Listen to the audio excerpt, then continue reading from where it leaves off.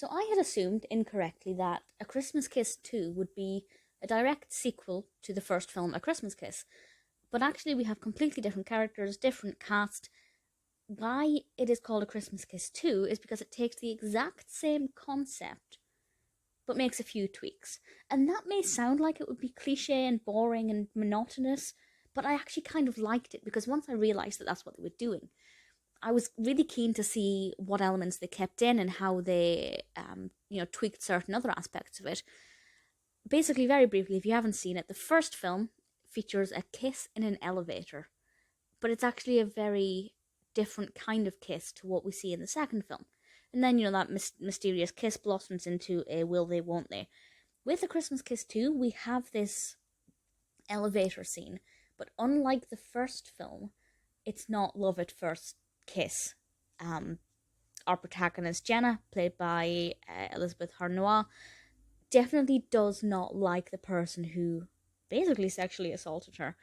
She meets Cooper, played by Adam Mayfield, who is a bit of a playboy. He's actually the brother of her boss, and he thinks that she is beautiful, as she is, and he basically makes it his mission to try and get her to go on a date with him, but she doesn't want anything to do with this creep who clearly thinks about himself more than anybody else.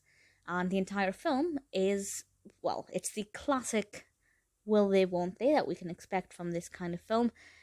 And I will say that although it's identical in premise to the first film, it's very different. The characters' attitudes are very different to what they were in the first film. As I said, it's not love at first sight. It's very standoffish. Jenna definitely does not want anything to do with him. He is not this sweet, endearing, romantic individual like the male protagonist of the first film. And I really like that, because while it was the same, it was different, which I hope makes more sense than it sounded like. And I enjoyed it. I'm not going to go into too much detail about what happens or how it concludes, but I will say that I really liked the development of the narrative. I liked the fact that it wasn't just a carbon copy of the first film. They took the premise, made some tweaks, and I liked that because it kept me on my toes. It meant I didn't know exactly where it was going to end up. With regards to it being quite festive, yeah, it's not the most Christmassy Christmas film, but you certainly can get into the Christmas spirit. It was released in 2014. It actually feels a little bit more contemporary than that. Like, it feels like it was just a couple of years ago. I don't believe there's a Christmas Kiss 3, but certainly if one exists, I'd be very keen to watch it. I am liking this idea of these films all centering around a very similar concept, but with very different people and different narratives. And I think that's something they could play with quite a lot, and I enjoyed that. Directed by Kevin Cotter, written by Joni Kane. I don't have any complaints. Do I prefer it to the first film?